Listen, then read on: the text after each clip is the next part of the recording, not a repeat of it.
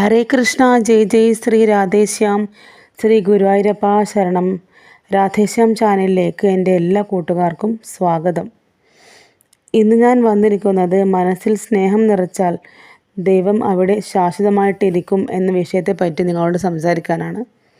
നമ്മൾ മറ്റുള്ളവരുടെ കുറ്റവും കുറവും മാത്രം മനസ്സിൽ നിറച്ചാൽ അവിടെ ഭഗവാൻ ഇരിക്കില്ല.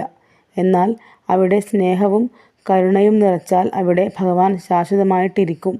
നമ്മളെക്കൊണ്ട് ആവുന്ന സഹായങ്ങൾ എല്ലാവർക്കും ചെയ്യുക. തളർന്നു കിടക്കുന്ന ആളെ പണം കൊണ്ടോ നമ്മുടെ പ്രവൃത്തി കൊണ്ടോ വാക്കുകൾ കൊണ്ടോ ഉയർത്തുക. ഈ ഭൂമിയിൽ നമ്മൾ ഒരു 70-80 വയസ്സ് വരെയല്ലേ ജീവിക്കുകയുള്ളൂ. അതിനിടയ്ക്ക് നല്ല അനുഭവങ്ങളിലൂടെ സന്തോഷിക്കാനും മോശം അനുഭവങ്ങളിൽ നിന്ന് പാഠം പഠിക്കാനും ആ പഠിച്ച പാഠം മറക്കാതിരിക്കാനും ശ്രദ്ധിക്കണം.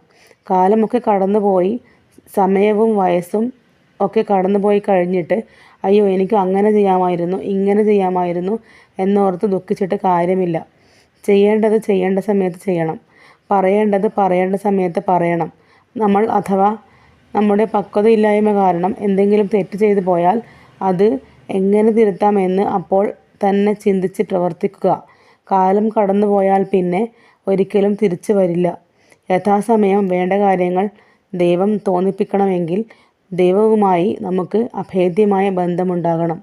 അതുണ്ടാവാൻ നമ്മൾ ദിവസവും ഒരു അരമണിക്കൂറെങ്കിലും നാമം ജപിക്കണം. നിങ്ങൾ ഹരേകൃഷ്ണ മഹാമന്ത്രം ജപിക്കുന്നില്ലെങ്കിൽ നാരായണ നാരായണ എങ്കിലും ജപിക്കുക.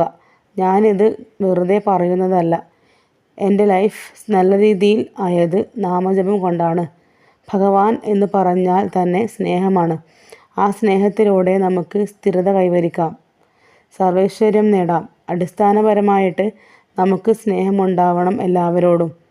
എന്നാലേ ജീവിതത്തിൽ സന്തോഷമൊക്കെ ഉണ്ടാവൂ. അപ്പോൾ ഇന്നത്തെ വീഡിയോ ഇത്രയേ ഉള്ളൂ. എല്ലാവർക്കും ഭഗവാന്റെ അനുഗ്രഹം ഉണ്ടാവട്ടെ. ഹരേ കൃഷ്ണ. ജയ് ജയ് ശ്രീ രാധേശ്യാം. ശ്രീ ഗുരുവായൂരപ്പ ശരണം.